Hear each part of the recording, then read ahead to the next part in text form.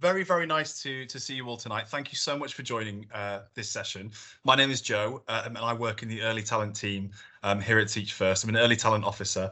I'm joined by my wonderful colleagues tonight, Isabella and Alice, who will also be here in the call with us. And the point of tonight's session is basically to talk about managing behaviour in the first term. And this is something that I know has come up for a lot of my trainees. I look after London trainees, and as it's just a natural sort of thing to be sort of daunted by, but also curious about, especially before you start. The purpose of today is to give you like a bit of an insight into what behaviour management is. Now, I am no behaviour management expert, but I am a former Teach First ambassador. So I completed the programme way back in 2016, which feels like ages ago.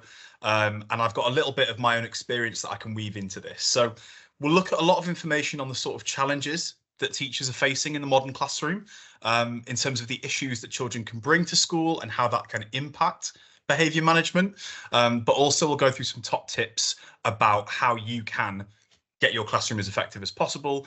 And like I said, I'll sprinkle some of my own anecdotes and experience throughout my time teaching. And just so you know, this is only a light introduction to behaviour management. When you start at Summer Institute or Autumn Institute, you will go into lots more detail on this, and you'll have designated workshops and activities to practice techniques, and also you'll witness behaviour management in practice during your school-centred learning days. So I'm going to be breaking down a few misconceptions as well about behaviour, and just to reassure you about the sort of support you will get on the programme. And just to run through a bit of an agenda, we'll do a little bit of an introduction, and then I will talk to you about behaviour management, sort of definitions and what we mean by that. We'll then also look at causes and context, so what causes challenging behaviour, but what positive behaviour also looks like as well. We'll then be referencing something abbreviated there called TLAC, but that's Teach Like a Champion. It's one of the core set texts that we use when we are on the training program, and I'll break down some sort of tips that the author of that book discusses. We'll look at some scenarios, and we'll talk about the support that you will receive on the program. And just wanted to say, we are going to keep cameras off and mics muted.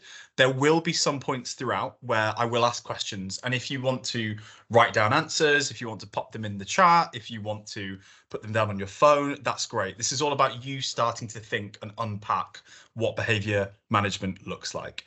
So one of the first things we want to say is just welcome, and of course, well done. You know, Summer Institute is just around the corner for quite a few of you.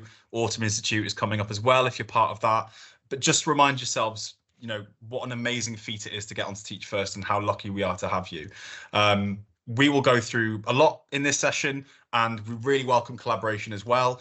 So like I said, if you want to say something, please put the little hand up emoji, the little raised bit at the top. If not, you can pop things down and we'll go through. So a bit of an introduction. I mentioned that I'm Joe. I am part of the early talent team, and if you're a London trainee, I might have worked with you. And I am an ambassador. So I did the programme back in 2016, which feels like ages ago. I taught history in the West Midlands, and I'm not from there. I moved there. I didn't really know anything about the area, but I taught there for 2 years, so completed the programme in Stoke-on-Trent, in a school there, and then I moved on afterwards back to my native Leeds and taught at a sixth form for 3 more years before leaving the classroom in 2021. And these are just some pictures that I share whenever I'm kind of talking about my time on the programme. It's always really weird, and you guys will experience this when you see your name on the front of people's books and you see your name, you know, in plastic for a parents' evening. Just really great memories looking back. And on the left there, I used to love drawing. I used to love doing big battles and things like that to get the kids to copy. And on the right, a picture of some of the fellow historians that I met in my cohort at Summer Institute. And I just wanted to share this picture here before we kind of dive into the crux of today's session, because, you know, behavior management, we think of it as being something that is like a worry, but it's not. It's also about fostering a positive atmosphere in your classrooms. And these are the sorts of pictures that I look back on that really make all that hard work worth it. Just little notes from students and the little interactions that you guys will have day in, day out. And this session is just tips, it's advice. It's basically an ongoing process, your ability to control a classroom or, you know, manage behavior, positive or negative. It's an ongoing process. So I just wanted you to start off by thinking what the current challenges are for our partner schools. Now, obviously, we are a charity. Obviously, we have a mission, and you guys will be well aware of that having joined the program. But I want you to think a little bit about our challenges. And these all relate to behavior management.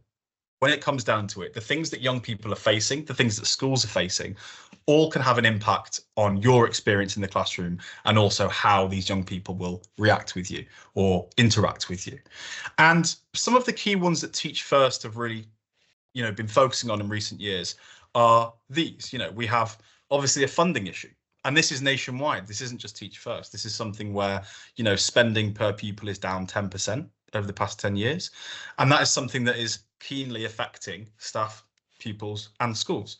That could be support for students with special educational needs. It could be support for students who do not have English as a first language. It could be for resources, but that is an issue that we are having to tackle and deal with. There's also been obviously teacher shortages, and that's where we come in. That's where Teach First really comes in terms of you guys making a difference in that. And I think creating the environment and setting up teachers for leadership is something that we've really tried to work on at Teach First, and you will experience. Obviously, inclusion and diversity is another huge part of what Teach First are trying to make an impact on. This is something that is an issue for schools across the country in terms of women in STEM, in terms of a more diverse teaching staff that accurately reflects the pupil body. These are things that obviously Teach First is very passionate about. And finally, there's poverty. If you think of poverty, this is something that unfortunately is growing. If you think of a cost of living crisis, if you think of, especially in recent years, 4.3 million children in the UK are currently living in poverty. And this can trickle into the schools, and this can be evident in your lessons.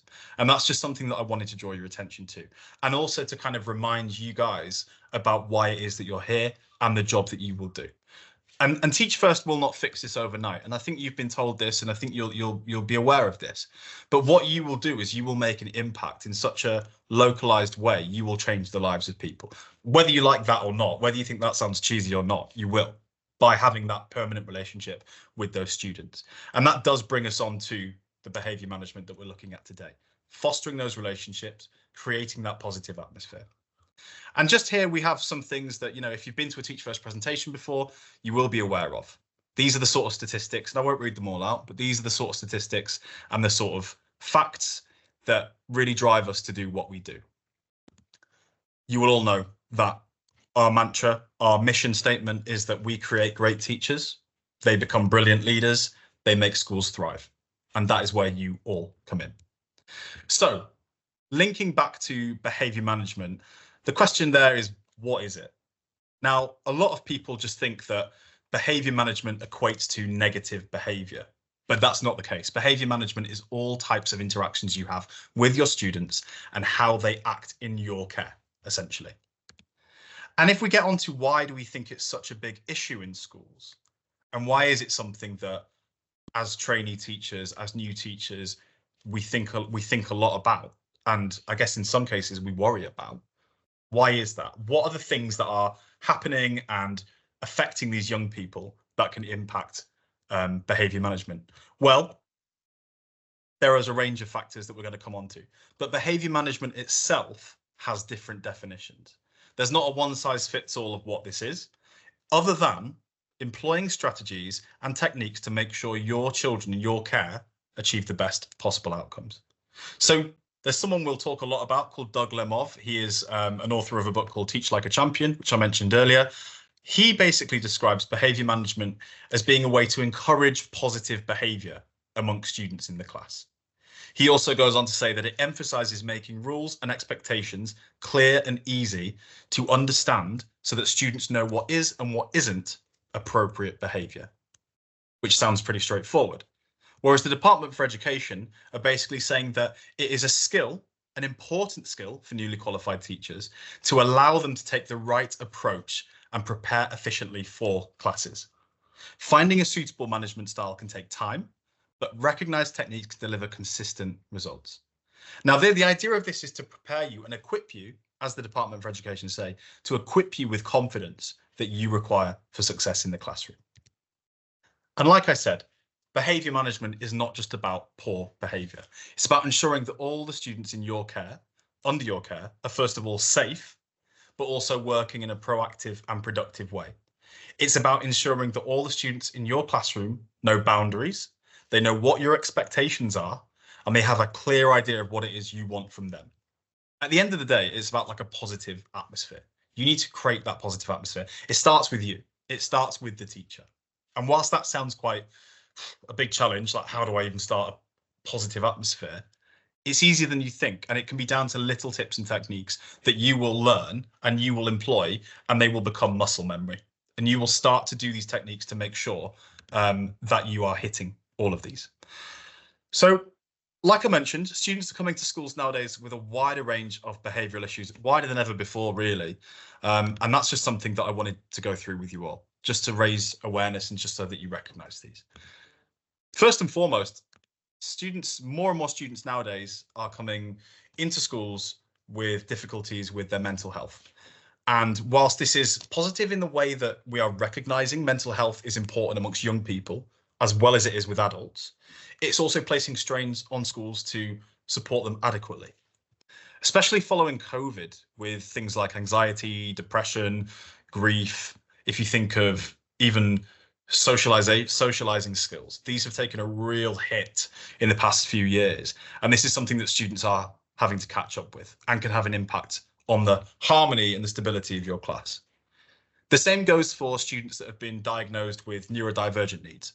And whilst, again, it's a positive that we are recognizing students need support and are getting diagnoses, it's also something that is proving to be a challenge. If you think of things like ADHD or autism or even attachment disorders, there are students that are displaying these needs and those needs are not being met. So it's kind of about how we approach that. Also, if you think about it, a lot of students are not getting these diagnoses. So a lot of students will be experiencing these and requiring these needs without even it being recognized. So it's kind of like the iceberg that we see above water and what we don't underneath. Other needs, issues with parenting. This is something that will come up a lot when you guys are in the classroom. It's about interaction with the parents. Now, obviously, that is a surefire way to improve relationships where you can with students and, you know, to keep more of a handle on positive behavior. But students are coming to schools now with more issues from home, and these are being communicated, and we're seeing it a lot more visibly. Also, you can have parents, and this is from my experience as well, who potentially didn't have a good experience at school themselves. So maybe have a negative view of school, and that can be sort of passed on to the young people that you deal with. Furthermore, this goes without saying, obviously the influence of social media is something that is never out of the news. But obviously young people's access to explicit material online, cyberbullying, all of these types of things are very detrimental. And it's quite hard to regulate. You know, if you think of the government talking about under 16s phones and all this, it's an ongoing debate about how to do this and how to resolve this. Just as an example, I had a class who I thought the behavior was good. I had good feedback. I thought there was harmony. And then I found out through another student that one was being sort of targeted online by the rest of them. And that's the sort of thing you will not see, but you need to think about. And it's these types of issues that are coming into school. Unfortunately, there is increased deprivation, like we've talked about, when it comes to funding and just poverty. And these can lead to greater family stress that is taken into school. And then we've also got a key one, which is basically a child's difficulty in regulating their emotions. As adults, if we are angry about something, we might tut in our heads and then be annoyed in private. If a child is angry, they will show anger. If they are upset, they might cry. These things are very present and real to young people, and it's about how we approach those and deal with it. Also, if they're excitable, if they're happy, if they're really, you know, fired up, they will show it. They will jump out of their chair, they will get up, they will go for a wander, whereas we wouldn't in a sort of business meeting or whatever. So these are just some things to think about. And if you think of the bigger picture of behavior management, roughly 6.5 minutes of teaching are lost per lesson due to poor behavior. So when you're having to employ techniques to stop or respond to behavior. Okay, so it is something that most teachers, in fact, all teachers really deal with. But it's about how you learn to deal with them. On a more positive though, 94% of teachers in the 2023 report for the Department of Education said that they felt at least fairly confident in handling behaviour in their own classes. There are systems in place and there are methods to use that we will go into in some detail today that will really help you going forward. And just linking back to the issues and the needs that these young people have, when you do Summer Institute, when you go there, or Autumn Institute, you will be introduced to teaching theory. And if there's any philosophy graduates here, or psychology graduates, should I say, you might know about Maslow's hierarchy of needs. And this can be attributed to the young people that you will teach. If you think about that pyramid, I know it's been often memed, that pyramid on the left there, about needs and fulfillment needs, but it boils down to all of us. And it does boil down to the young people that you'll be teaching as well. Even if you think of the bottom needs at the bottom that all people need to kind of grow, the physiological needs of things like food, water, and warmth. For some of your students that you will be teaching, creating that positive environment, going into school where the heating's on, where they'll maybe get free school meals, where there'll be a before and after school club, you are meeting those needs, if you think about it. Those children then start to feel safe and secure in your positive classroom environment. They then start to feel belonging. And you can see we're rising up the pyramid here in terms of meeting psychological and fulfillment needs. And these types of things you will focus on at Summer Institute. You will look at how you are making this impact. And even the little things that you do in the corridor, in the classroom, in the schoolyard are going to have an impact on these children. Just remember as well, when we're talking about needs, that every single student has different styles and needs, styles of learning and needs. Okay, there is not a one size fits all way of managing behavior. We'll come on to that in a little bit more detail later. But if you think of students that may have special educational needs, behavioral needs, they may have English as their second language. Sometimes it's difficult to expect this from all students. So finding that balance, you will grow and you will know how to with your own classes. And that's the beauty of Teach First, really. On the training program, you have those 2 years to really develop those relationships. You really, really get to know those students. So you will know how to differentiate between what you allow, what you don't allow, what allowances you make, essentially. Linking to what I said a minute ago, this is a sort of image that, again, is used in a lot of teaching theory, just to describe what it is that you will see, what to expect when dealing with a child's needs and their emotions and also their behavior. And just to reiterate, behavior is not always negative. It is not always negative. But this is a primary school example, but we can apply this to high school. If you imagine above water is what you can see in the classroom. If someone has their arms folded and they're not doing anything in the front row, right? If they're hitting someone under the desk and you spot it. If they're just running away, which would happen to me when my students were lining up outside, someone would just run away. It's like, oh, again, verbal abuse or snatching or stealing something or crying. You will see these, but you will not see what we talked about earlier, the things that maybe they're bringing from home. Maybe they are experiencing grief. Maybe they are feeling anxiety through the roof. Maybe they are experiencing low confidence and embarrassment or fear of failure for so many different reasons. You need to think of these rather than just addressing the class as a whole. So, poor behavior management. We've talked about types of behavior and kind of how children can be affected by what happens at home or their own needs. But what does poor behavior management look like? I want you to think about that in your mind. What would a teacher who has a poor grasp on their class, what would that look like? What would it be like? And feel free to pop things in the chat if you want to. Really encourage interaction here. If anyone wants to put their hand up or share any ideas, they're more than welcome to do that as well. But if you're a teacher, what does poor behavior management look like? Do we think? Give you a few seconds to think about that.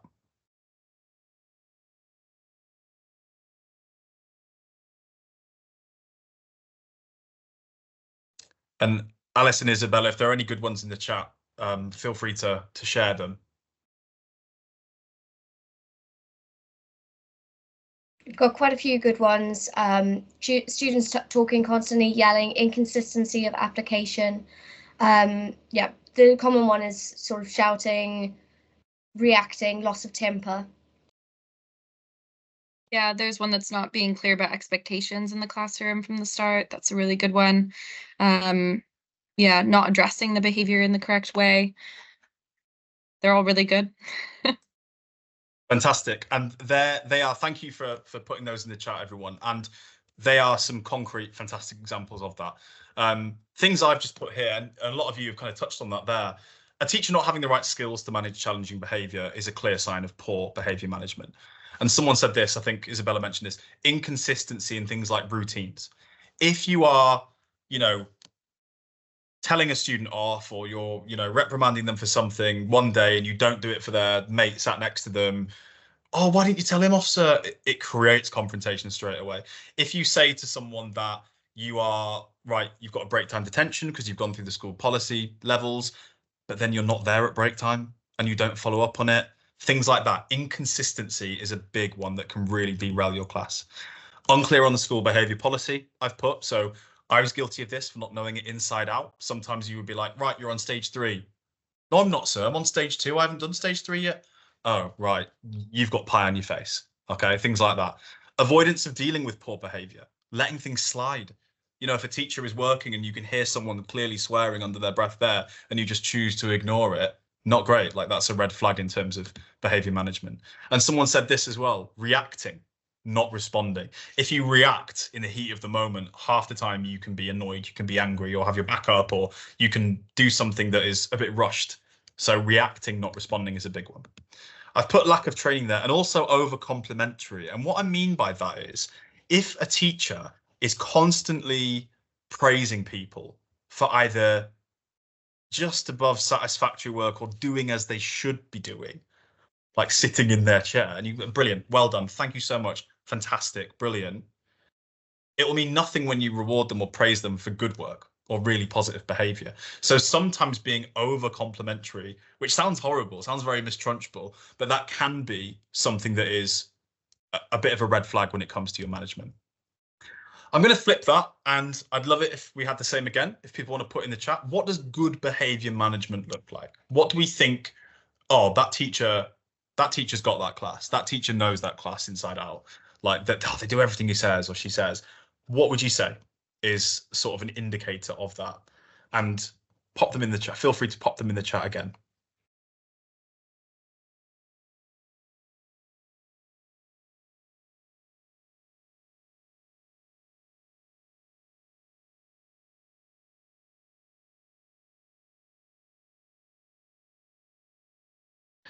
I'm seeing a lot of good ones come through, but Alice and Isabella, are there any that caught your eye? Yeah, I like the one that students feel calm, safe, and are comfortable to get on with work. You know, like setting clear rules, consistency, opposite of inconsistency, clear expectations, all of that. Yeah, very good. The one that stood out for me is constructive interaction in the class. That's really important. You know, and then obviously, you know, children feeling catering to individual students, responding to questions. Perfect, absolutely. And again, some of the ones that I've hit the nail on the head. You've been more specific in many ways, which is great. And I think one of them is just establishing that positive environment. It's a tip I'll share later on, but when I was training to be a teacher, some old teachers, like old school teachers, should I say, told me in the school, the key rule, don't smile before Christmas. Just don't smile before Christmas. Like, to your students, to your classes, do not smile. Don't let them see you smile. I was like, what? And basically what they meant was, make sure that they get, by that end of that first term, they get your like formal approach to the routines and the school behavior policy, and that they're on board with that. And then after Christmas, when the days are getting lighter, you can kind of crack a smile and be a bit more, you know, informal. And I thought that is absolute rubbish. And to be honest, I've been told that from every other fantastic teacher I've ever watched or worked with. Showing them your personality, making them smile, that is a huge part of it. You don't have to be this stern teacher in order to have a positive behavior management handle. So yeah, encouraging learning, you know, encouraging and rewarding good behavior. That's so obvious, but it's so key. It's so easy for students to do fantastic in your lesson, and you be so preoccupied with something else that you don't praise the students that are doing the work and doing a good job of it. So just being consistent on that. Clear establishment of ground rules and boundaries, consistent in your routines, making sure that you follow up on things. If you have students lining up outside the classroom every lesson, and they come in maybe third lesson of the week and they just all waltz in, it's going to be so difficult getting them to do that the next lesson. Being consistent on things like that. I've also put adept at managing low-level disruption. And let me just tell you all, when we think of behavior, this is the thing that you will be dealing with day in, day out. It will not be. I thought on my first day, I was going to walk in and a chair was going to narrowly avoid my head. There was going to be a fire at the back of the classroom. It isn't like that. But you will be constantly battling with low-level disruption. So it could be just people whispering to each other while you're talking. Not a big deal, right? Well, it kind of is when you're establishing what the school's policies are and your expectations of eyes front listening. So those little disruptions, the little ongoing disruptions, like someone flicking a pen and you see it out the corner of your eye, these are the things that you will need to kind of keep a handle on and have your eyes and watch and scan the room for. And we'll talk about those in a bit more. Positive body language. Smile. Stand up straight. Don't hide behind your desk. Don't just be slouched behind your computer. It's so easy to do on a Friday afternoon, but just don't walk around the room. That thing where you crouch down at someone's desk, getting on people's level, really, really important. And also using support staff. Don't just let them sit there at the back with their arms folded. They won't want to do that. But using them effectively will make your classroom run so much smoother. So thank you so much for all those. And I just wanted to run through like why it's important. Why is it important to have positive behavior management? Well, it builds your own confidence in teaching. There's no better feeling than thinking after you finished work that 7H were brilliant for me today, like, or year 9 were fantastic today, or year 2 were brilliant. Like, I had such a good day today because they did what I wanted to. And it wasn't because it was a lucky streak. It wasn't just some random act that made them good. It was techniques that you've used in that lesson. It was things that you've done. So it builds your own confidence. You create a positive atmosphere. Again, you're also doing your job. You're implementing school policy. That's really important. You're ensuring that learning can take place because that is ultimately what these children are here for.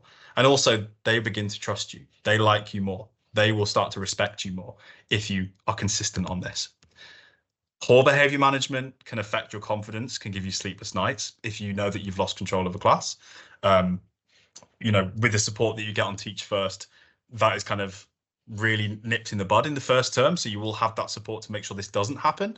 But also it can disrupt your lessons. Poor behavior disrupts your lessons. It can impact your relationship with your students. If they think you're a soft touch, if they think that coming to your lesson, oh, it's Mr. Cowley, we can just kind of doss around for a bit, as opposed to when they then go to their maths lesson next period and they're all top buttons done up and everything like that, it can affect how they view you. And also, if you are not following through on things like routines and being consistent, other students will start to notice this. So let's say that you're reprimanding a student who's punched someone, okay, and then you say, like, you just forget about it. It might influence other people sat around them to do the same or to kind of get involved. So really important to think about this. And just wanted you to know, I've said this before, but behavior management is an ongoing process. You do not go in after Summer Institute or Autumn Institute and you have everything and you're like, right, I'm the best teacher that's ever been. You don't finish 20 years in the job and have classroom management nailed. This is something that is evolving all the time. Schools can change their policies. They can change. That happened to me when I was teaching. They changed their policies midway through a year. With the new issues that are coming through for things like phones, all year 7s having a phone, that's different to how it was even 10 years ago. So there are things that are evolving all the time that teachers are needing to adapt to and change with. So I wanted to come on to sort of stop talking about skirting around the issue. I wanted to talk about some tips and some strategies that can be used in the classroom. And I just want to remind you that you do have a fantastic amount of support when you all start Teach First. Unlike a PGCE government route, anything like that, you are supported to the hills. So you will know this from speaking to your recruiters, but also from looking into the program and from the Get Ready events. But you will have obviously a school-based mentor who will be someone that is based in school, working there day in, day out. Now, normally it's a head of department, but it could also be someone with a sort of level of authority in the department or the school. They could share a classroom with you. They could be next door to you.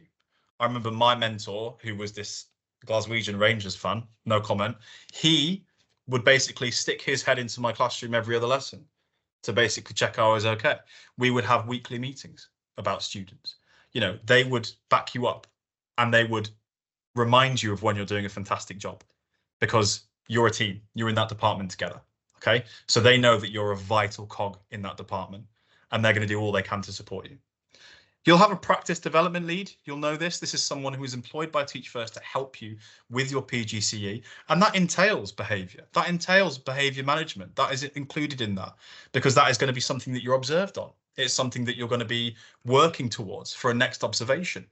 And then you'll also have your subject lead. So for me, it was history, obviously. If you are a secondary subject, you will have your subject. If you are early years or primary, you will have your year group and the subjects that you cover there.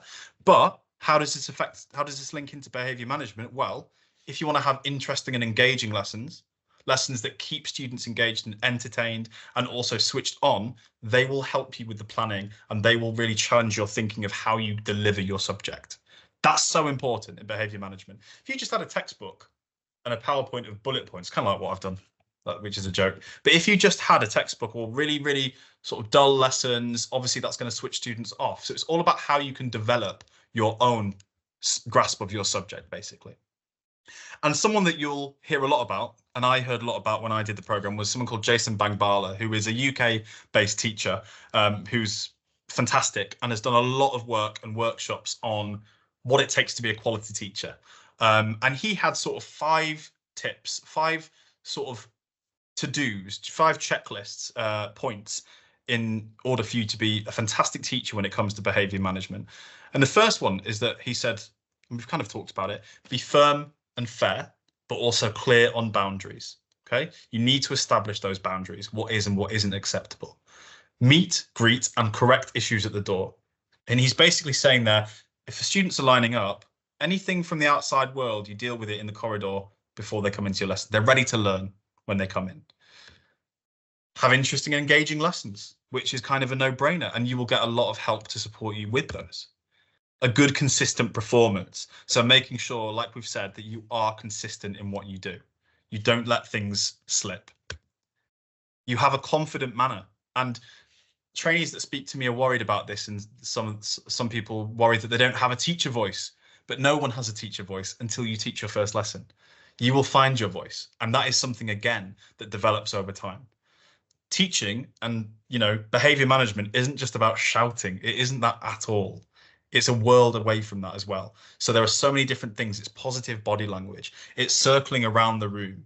It's, like I said, getting on students' level, even if that means crouching, if that means checking people over the shoulder, how their work's getting on.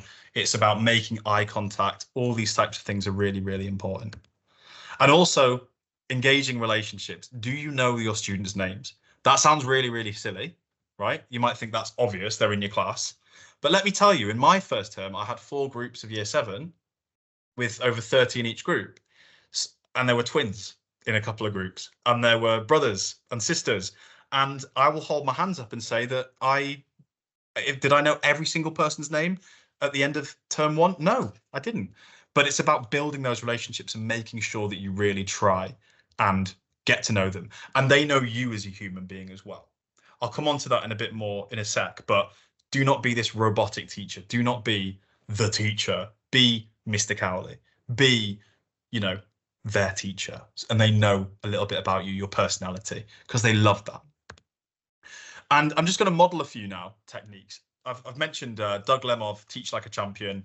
Got a copy over there, but you will get a copy. You will read excerpts from it when you do Summer and Autumn Institute, and even qualified teachers who have taught for 30 years go back to Doug Lemov, because it's kind of like a real solid reference guide of tips and techniques that you can use. And obviously people can use them in different ways, and they will apply to different contexts. You will look at these during Autumn and Summer Institute, but I wanted to share just 4 quick, easy ones with you right now, to give you a flavour of the little obvious things that you can do as a teacher to create a positive teaching environment, basically. So the first one is something called narrate the positive. Now, often when you're teaching, you will use things like countdowns. So, you'll go 5, 4, 3, 2, you'll do that. But narrating the positive is basically highlighting to people what they're doing well. And it's reinforcing compliments and rewards in a really, really easy and tricky, no hassle way. So you could be like this. You could be like 5, 4, I can see John putting his pen down. 3. I can see Sarah looking at me. 2, 1, things like that. By highlighting what it is that you're seeing that's positive, that's great. And it's a really easy win. Another one is called use the least invasive intervention. And what we mean by that is basically not disrupting what you're doing to address someone's behavior. So let's say you are doing that countdown. 5, 4, 3. You're not going to stop. If you stop and go, John, what are you doing? It's disrupted you, and it's also taken attention away, and all the students will look around at what John's doing. Okay. So basically, this is the thing that you've all seen it teachers do, where it's like 5, 4, 3, 2, 1, things like the raised eyebrow, things like the shake of the head. So it doesn't take attention away from what you're doing, but it also shows that person that you're looking at them, that pupil, and you want them to do what you're saying. Another one is be seen looking. And this is fairly straightforward, but basically it's monitoring behavior. If you're looking around the room and making eye contact with people and always checking what's going on in the classroom, they can see that you're just doing the most obvious thing, but you are monitoring their behavior. That might sound silly. It might sound like you do that anyway, but it's so easy to not. It's so easy to look straight ahead or to also look at students that you know are going to do what you expect from them and just kind of ignore other people. But by making that eye contact and looking at every single student is really important. And a final one is means of participation, which is basically the idea of modeling good, positive behavior, and you're basically explaining to students what it is you want to see from them. So if you want a task done in silence, or if you want people to put their hand up, we will think, oh, they'll know what I mean by that. They'll just do it. They will not. Students will not. Students will shout out. Students will throw their book. They will do whatever. So it's basically explaining very clearly what it is that you want to see. So you can say something like, by putting your hand up in the air and not shouting out, who can answer question 2? So it's kind of that explanation of what you want, And then if someone shouts out, other students are like, what are you doing? What are you doing? He said no shouting out. So it's that kind of clear description of what it is that you want. These are just some of the techniques that you will be practicing, and they will become muscle memory. They will become like driving a car. They will be like just changing gears. You will do them so subconsciously, and it doesn't take long either. But it's about keeping them up and making the students know you're onto them and you are monitoring. You want this to be a good environment in here. You want everyone to be proactive. So there's something as well called strong voice. This is just something I want to go through with you very clearly. It doesn't necessarily mean a loud booming voice. It doesn't mean a teacher voice. It's basically just affirming your authority through intentional verbal and non-verbal habits. So for instance, by using formal register, by speaking formally, your body language as well, making sure that's formal is showing the students that what you're saying is important. Okay, this is what Doug Limov says. Standing still when giving instructions. If you're walking around the room while explaining a task, that can be very distracting. May not be to us, but it certainly is to young people. Things like that. And also the economy of language. This is basically where, if you imagine words equaling money, try and save as much money as possible. Say as little as possible. If you explain it in less words, it leaves more for them to do, which is what you want. You don't want to over-explain things and basically hand the answer to them on a plate. So Limov says, use specific, concrete, sequential, and observable directions to tell students what to do, as opposed what not to do. An example of that is, if you say to a student, don't do that, it's distracting, right? They will 9 times out of 10 say, don't do what, sir? Don't do what? I didn't do anything. So if you're specific and clear and say, Ali, put the pen down, they know what it is you want from them, rather than just a vague term. The same goes for this. That behavior is inappropriate. What behavior? He said it first. I didn't even do anything. I don't know why I'm doing that accent. Maybe it's because I've been in Leeds too long, but it's not right to do that, because it just opens up an argument. It opens up a confrontation. So Limov is basically saying here, well, rephrase it. Rory, put your whiteboard and pen down, put your hands in your lap, put your eyes on me, rather than you're being silly or that behavior is inappropriate. So it's thinking about your responses rather than just reacting and telling someone they're being inappropriate. Again, this is an example This is taken from a video of a teacher being observed. They were addressing a class, and in the blue box is essentially kind of what they said at the end of a task, should I say. And as you can see, it's quite wordy. It feels wordy, it reads wordy, and it's a lot for students to listen to. Okay. The way Teach First and Doug Limov kind of approach it is eyes on me, listen carefully. So it's about the economy of language and saving a little bit of what you're saying for the maximum impact. I'm just going to play a little video now for you. And in this video, it's an example of someone employing one of Doug Limov's techniques, the strong voice. I just want you to watch it.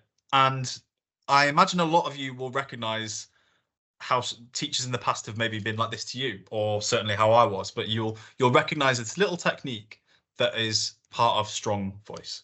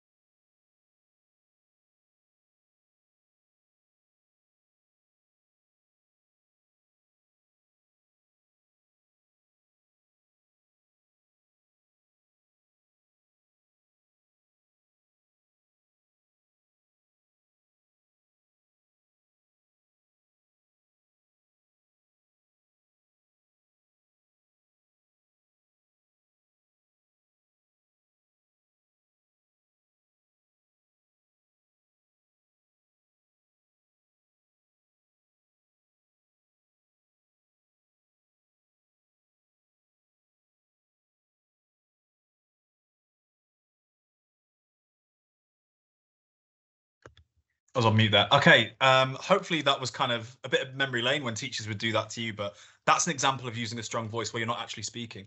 You're making that eye contact. Apologies if a couple of people could not hear that video. I think there was just an issue with a few of you, but we're recording this, and hopefully on the recording it will play back if you want to look at it in the future. I just wanted to share with you, in the interest of time, some top tips from me before we look at some scenarios that you could face as new prospective teachers. And a few of these I've mentioned already, but I just want to draw your attention to them. And you feel free to make a note or to look at this PowerPoint and this presentation afterwards. But this is a really key one. Show you love your job. If you want to have positive behavior in your classroom, forget that whole don't smile before Christmas thing. Show them that you are passionate to be here and you're happy. And I love history. It was very easy for me to be passionate about history.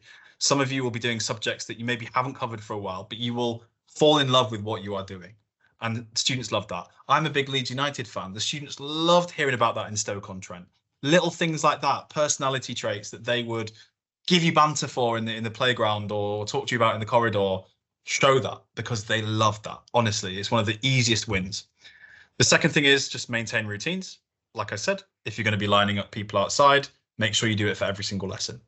If you're going to have a sort of starter activity that you have nearly every single lesson, make sure you keep that up. Don't just lose it. Or a quiz on a Friday that the students love. Don't just forget about that. Make sure that you keep these things up. They love consistency, especially when it comes to things like linking it back to issues of COVID. Some students haven't had a permanent teacher for a few years. So you providing that consistency is huge for them. Recognize compliance. This is the thing. Most people in your class, most students will want to do the work and will want to get on with it. Don't think that they wouldn't. Most of them, if not all of them, deep down want to do the work. It's about you recognizing that when they do.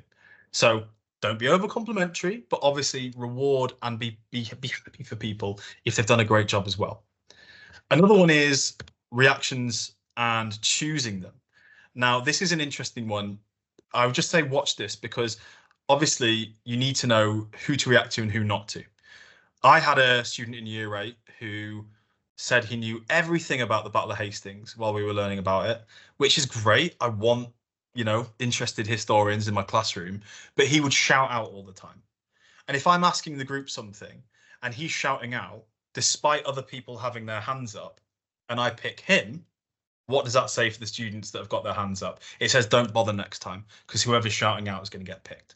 So it's think about your responses to people, think about who you choose, think about how you want the whole class to interact. And again, you can model things. You can do the whole, means of participation. I want everyone to be silent with their hand up kind of thing. You can do that. Another one here is don't be scared to use sanctions.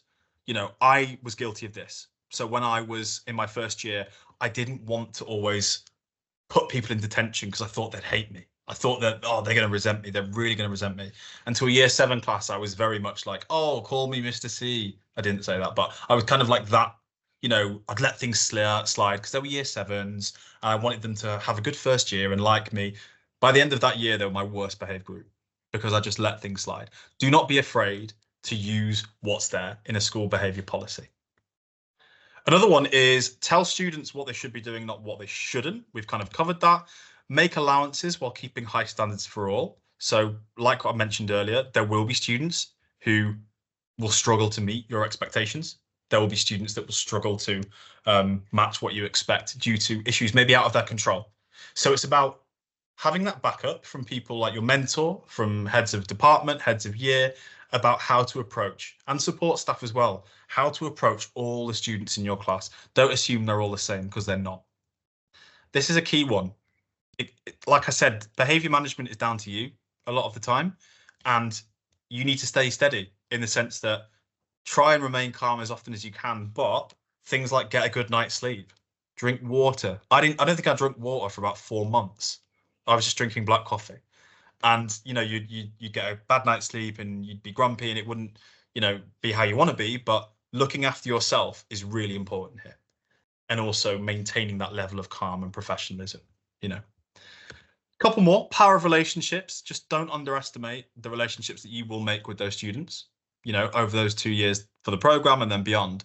The relationships, you might think for 3 terms or a year and a half that class hate me, or I can't get round that class, or they won't warm to me, or whatever, and then it will all come together, and then you will get this card, or you will get some sort of sign where it will all make it worth it, and it will come sooner than that. But these relationships do take time, but don't underestimate them when they're good, because you will see that in your classroom management. And then finally, this one sounds like a bit of a threat, not to make you all worried. Don't let your colleagues down. But I'll explain what I mean by that. If you are lax on things, if you are like, right, okay, school don't allow videos on a Friday afternoon, but we're going to put one on, or I'm not going to give you a detention for that. And then one of your colleagues in the department, in the classroom next to, or a colleague in a staff room you're friends with, does it and is strict, the students are going to be like, oh, but Miss Thing didn't make us do that. It's throwing them under a bus a little bit. And it means that behavior is going to be really different in different lessons and different subjects. So not letting your colleagues down is basically just being a team and just making sure that you're all on the same page when it comes to approaching behavior and positive behavior as well. So just some tips there. Now, I know I've been talking quite a lot, and I want you guys soon in a second to start thinking about how you would respond to some situations before we take any questions. But I just want to draw your attention to the support that you will get when you are in schools.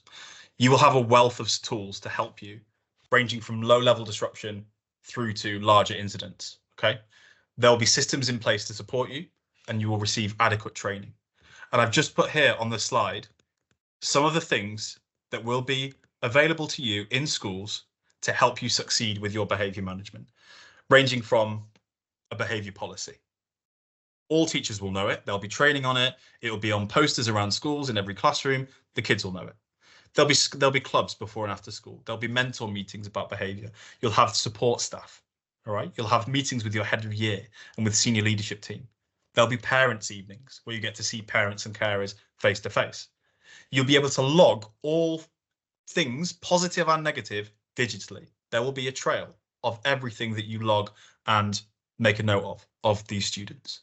You can call guardians and parents at home. You can invite them for meetings. You can have rewards and certificates to be handed out in assemblies for positive behavior. You can have in your own class rewards and sort of prizes and competitions in terms of, star charts and all that sort of stuff. Maybe if the class get enough of these, we can watch horrible histories for half an hour. This is just me being history here. But you can have intervention plans for students. You can request to be observed by more senior people. You can have you have the ability to flag any safeguarding concerns as well, and you will get ample training on this. And as well as this, there will be ongoing what's known as CPD in schools. So you will get this continued development all throughout your time in schools. And I want you to look at those. I want you to bear those in mind, along with the levels of support you will get from members of staff, Teach First and in-school based. And I want to look at now just a couple of scenarios, and I want you to start thinking about how you would react to these. Now, there are going to be two scenarios here. One is for secondary, and one is for sort of primary or early years students, trainees, should I say. At Summer Institute, Autumn Institute, you'll be presented with situations like these, and you'll be tasked on how to act, and you'll be kind of quizzed on how you would act. You will have incidents like this happen all the time throughout your time teaching. So it's about how you would make an impact. So using the information I'm going to put up on the screen, and I'm going to show up the list of the resources you'd get in school, I want you to think of what your strategy would be. Now, I know many of you are coming into this without any experience teaching, which is, if anything, fantastic, because it means that habits aren't in place. But I want you to think now how you would react to it. Maybe you can do it on your phone or laptop, Word document, piece of paper. If you want to share it to the chat, that's great. But have a look at these two situations. You have a primary school example. And I won't read it out to you, but if you're doing primary school or early years, you can have a little look at that situation. If you're a secondary teacher, if you're going to be teaching secondary, have a little look at the example below. And take your time reading them. I'm going to pop on mute.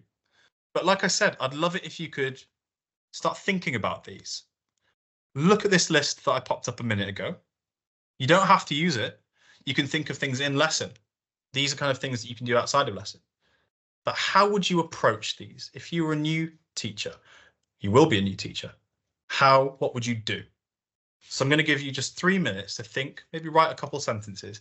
And then if people want to share off microphone, off mute, should I say, or in the text box, fantastic. So over to you guys.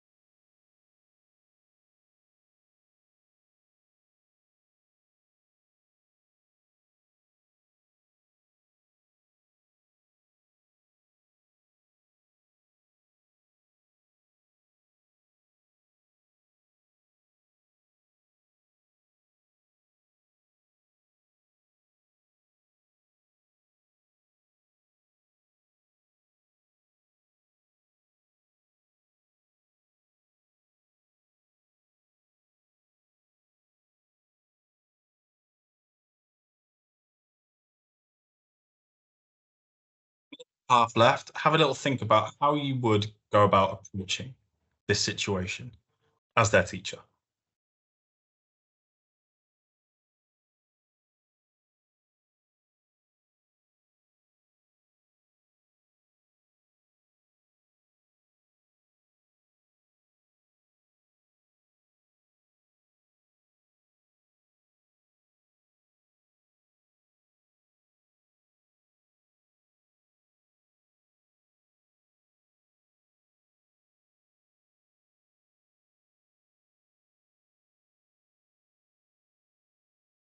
Ed, if you've done primary or secondary, maybe if you put which one it is as well, just so that we know which one you're responding to.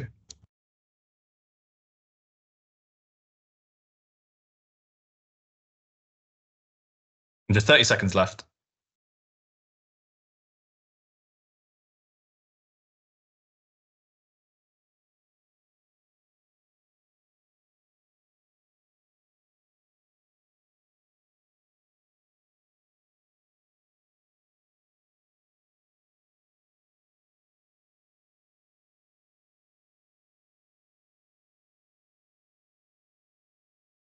Okay, so we're going to pause that there. Thank you so much for everyone getting involved. And I can see some fantastic responses coming through thick and fast. And a lot of them are talking about employing the sanctions through the behaviour policy, getting parents or carers involved. Would anyone like to come off mute and maybe talk through their answer?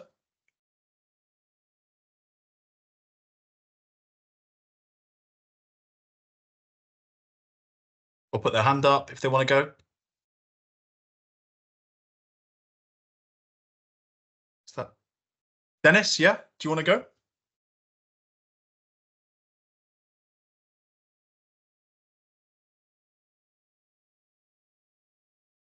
Oh, I don't think we can unmute ourselves. Oh, okay. So maybe not. Maybe we won't do that, but we'll move on from that. But I just wanted to have a little look quickly in the chat. So we're having lots of speaking to head of year about students' behaviour for the year 8 student and take it from there. Secondary, contact the parents and proceed to flag it up with pastoral care. Absolutely. Have we got any primary? Get to know the child's interests and speak to previous teachers about the child's history. Fantastic. That's from Victoria. Read any intervention documents. You will have a wealth of this information about students. You'll get packs before you start. Read any intervention documents. Remind the child of their expectations. Have a personal behaviour plan with a reward chart. Perfect. And a lot of it is including speaking to parents, getting them involved, pastoral time. Never underestimate just the power of building those relationships and just getting to know the students. But they're fantastic. Thank you so much for putting them in the chat. I really, really appreciate that. And I'll look through some of those afterwards with Alice and Isabella. But just in the interest of time, I will move on for now. But these are the sorts of things I want you to start thinking about because they will be your students, which sounds crazy, but they will be yours. You won't be shadowing anyone, they'll be yours. So think about how you would react to them. I just wanted to share with you finally some pictures, just a couple of pictures. That was me and my mentor. So that was clearly the Rangers fan that you can see there. We still talk all the time. I live in Glasgow, so it's hard not to. But the impact that they make in terms of supporting you on this journey is really, really important. And I know that will be fantastic for all of you.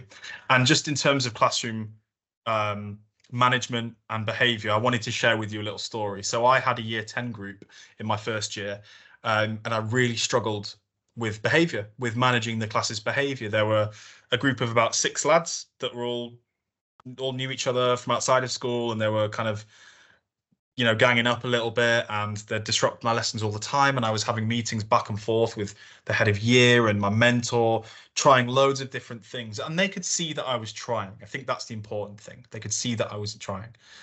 And at the end of the year, I had made a bit of progress with them, but I just had thought that I'd let that class down, and I'd be telling off these students all the time and ignoring all the ones that were just doing the work and happy to be there. And towards the end of the year, the timetable came out for the second year in the school, and I noticed that I didn't have them. So there weren't going to be my year 11s. And for some reason, my year 10s found out about this. Now, I think there's some reason is because I left it on my desk, but they found out about this. And I came in the next day to school and found this on my desk. So this was a little petition, and the group every single person in the group had signed it, asking for Mr. Cowley to remain as their teacher into the next year, which was really, really nice. And it just made me think that they have seen what I'm doing and they find it a positive environment. They find it a safe place to be. And I kind of showed that to the head of year kind of jokingly. Obviously, I was like fighting back the tears. And I was able to keep them into year 11. So I took them through to their GCSE results the next year, which was fantastic. And that's just testament to the relationships you will all make with your students. You just will. For a class I thought I'd had a nightmare with, and I'd done badly, they respected you enough for sticking around and being there. Just as a little good news story at the end there. Final few points from me before we hand over to any questions at all. Just bear this in mind. Being stern with a student won't make them hate you. And it's kind of linking back to that. Don't be afraid to use the sanctions. Don't be afraid to let the students know that you are in control of this class. It's your class, not theirs. Okay? You're the teacher, not someone piping up all the time. So if you have to be stern, they're not going to have a vendetta against you. They won't. Secondly, follow up on things and just don't forget about them. If someone's going to have a detention, be there for that detention. If you're going to give someone a merit point, someone in year 7 who's really happy about a merit point, give them a merit point. because otherwise they will be gutted that you didn't if you forgot about it. And there's going to be so much going on, but those little things, students remembering things, they remember things unbelievably. They'll remember everything. You'll tell them about a holiday you went on in 2007, and then 3 years later they'll be asking for tips for that place or whatever. They remember everything. Smile before Christmas. Please smile before Christmas. Let them see what your interests are and your personality. And finally, this is what I say to anyone who's going into teaching, because this was how I felt. If I had two students who were messing around or were showing poor behavior, and I was dealing with them for ages, I would think that that lesson was ruined because I had to raise my voice, or, I didn't get through that. Never forget that there will be 28 other students in there who have listened to every word you've said. And there'll be students in there hanging on to your every word. So whilst you may feel and take it personally if students are not doing what you want them to all the time, there are students in there who, like we said at the beginning, being in your classroom could be such a beacon of safety for them, and they could love it and love you. So just don't ever feel like your lesson's been ruined if you've had to deal with behavior. And that's kind of my final tip there. So apologies for talking quite a lot at you all today. Obviously, it's a big topic, and you will get a lot of this when you start Summer Institute. You will have much more interactive sessions and techniques to practice, and you'll practice it on each other. I would advise you to just throw yourselves into it, to just go for it, and let all embarrassment, leave it all at the door, because soon you're going to be in front of 33 11-year-olds or 25 7-year-olds. So the chances now, if anyone has any questions in the chat, feel free to pop them in. I'll do my best to answer them. And if not, thank you very much. But I'll stay here for a few minutes just to answer any questions. But thank you all for attending so much. Really appreciate it. There's a question in the Q&A from Sapphire. If you lose attention from most of your students, how do you regain control over a lesson calmly? If you lose the attention of your students, how do you regain it calmly? Loads of different techniques. You're going to hate me for this, but I would do the classic, I'll wait. Or like say to someone who's quiet at the front, I'm getting paid for this, as a joke. But they would slowly realize that you're not going anywhere. You are waiting. At times you will maybe have to raise your voice, but that's not a sort of shouting at someone. That's just getting above the level of noise in a classroom. Sometimes can be employed a lot. But in terms of doing it calmly, yeah, waiting often works. It really, really does. So I would do that a lot. And I think it annoys some students. I think it gets under their skin. So they kind of want to just like zip it and turn around. And, there'll always be students, like I said, that you build relationships with who will nudge their mates who are loud and say, "Sir's waiting," and do all that sort of stuff. So you'll get that a lot. I know for primary school teachers, a lot of it is kind of the countdowns that we talked about earlier. It could be a noise on the board, like a sort of buzzer. Some teachers do sort of like a little routine, like a clap, clap, stomp or something, and then students do it back, like a sort of call and response thing, to get everyone switched and turned around looking back at you. Loads of techniques, and you will find you'll have different ones for different classes. Just like you'll have different handshakes for different students when they come into a classroom, but you'll have different kind of ways of getting different classes under, your attention. But good question.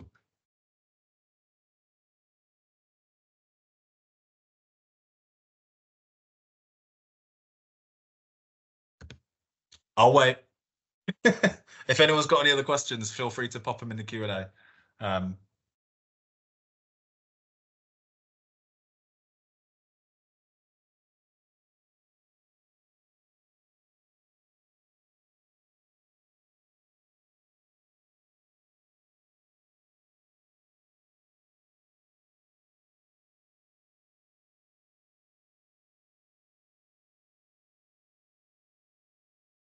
So I've just seen the question there from Nithya saying, what to do if I don't know who is whispering? That is a very good question. I think in that situation, you just need to, sometimes, if there's a group of people and, oh, but it wasn't me, I didn't do anything. You just need to address that group again and just be like, look, these are my expectations. Like, do I need to point at the behavior policy, or the look, and look around at those students. Loads of different ways you can deal with that. But it's hard because if you see it as well, if you see like a pencil case flying across the room, you don't always catch who threw it. So I think it's about just being clear to the whole group. I'll keep you all in if I have to, things like that. Old teacher sort of things we've all heard at school, just to kind of remind the entire class. And they might then egg their mates to kind of, stop doing that or zip it kind of thing. So yeah, try and be collective there. If you don't know who did it, if you go like, I'm not leaving until someone owns up, that will just take forever and it never works. Yeah. Thank you for that.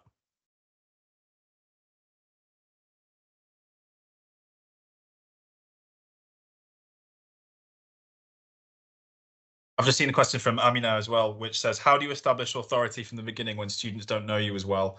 The first lesson. Very good question. So what I would say to you in terms of advice is they have no idea it's your first ever lesson. They have no idea.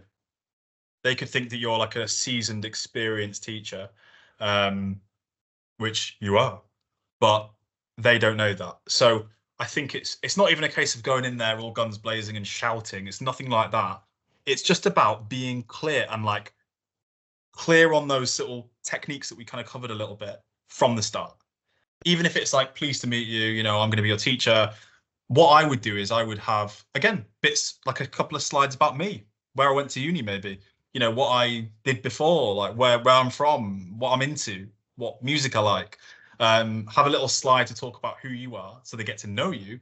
And then what you would do is, which most teachers would be expected to do in their first lesson, is they would maybe go over the school's new year behaviour policy. So you'd be like, right, just to go over some ground rules in here. And it could be things like you wanting them to line up outside. It could be things like, not to speak while you're speaking, to put your hand up, to line up out, to put the books away and stand behind your chair at the end of a lesson. Being clear from the get-go on those. And then if a student is talking over you, stopping and doing those things that you will learn, those tips you will pick up. It's hard because you want to be cool. You want to be like the friendly teacher that they really like. And they will if you sprinkle that bit of personality in there. But you've got to be consistent. You've just got to keep with the sanctions. You've got to keep with all the different techniques to reward behavior, but also call out any poor behavior. So there's no one way, you find your voice within 10 minutes of being in that lesson. You'll think, oh, I can do this. You've gone through those slides of expectations. You've maybe then covered what you're going to be looking at this term. You'll go through. And for me, and it was always like, what's your favorite part of history? The first lessons are always quite nice lessons. They're kind of like introductions to your topic or names on books and routines. So you can establish that in that first kind of week. You can kind of get those up to standard and then just keep them up, basically.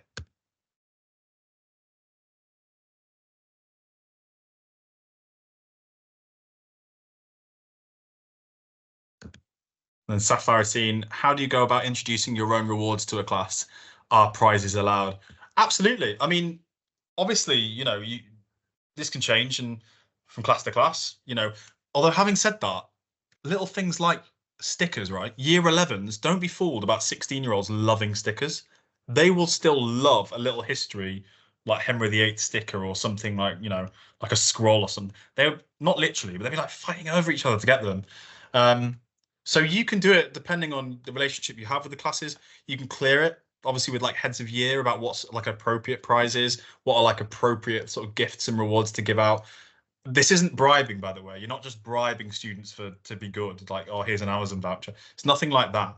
But it could be like, if we get this many questions done this term, we can watch a film in the last week or something like that. Just keeping these little games kind of going with the students is really nice.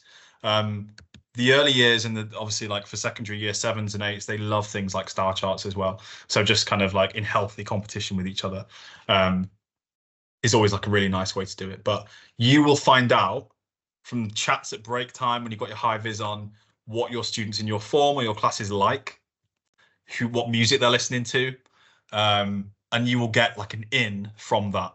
So for me, it was kind of the time of like fidget spinners and Pokemon Go and stuff like that. It was ages ago. But things like that you could incorporate like rewards into, or like, yeah, chat with them, basically. Get to know them, and then you can find out what they want, what they'd like.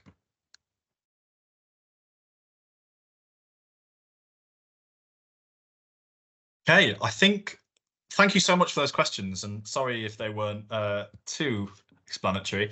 But I really appreciate you asking them. And again, I really appreciate everyone coming today. This session has been recorded, which means that we'll obviously share it. And if you have any other questions as well, about anything, I've attached my email just there. It's just jcowley@teachfirst.org.uk. Feel free to drop me an email about anything. Happy to give you advice, or it's not advice really, but just insights into anything.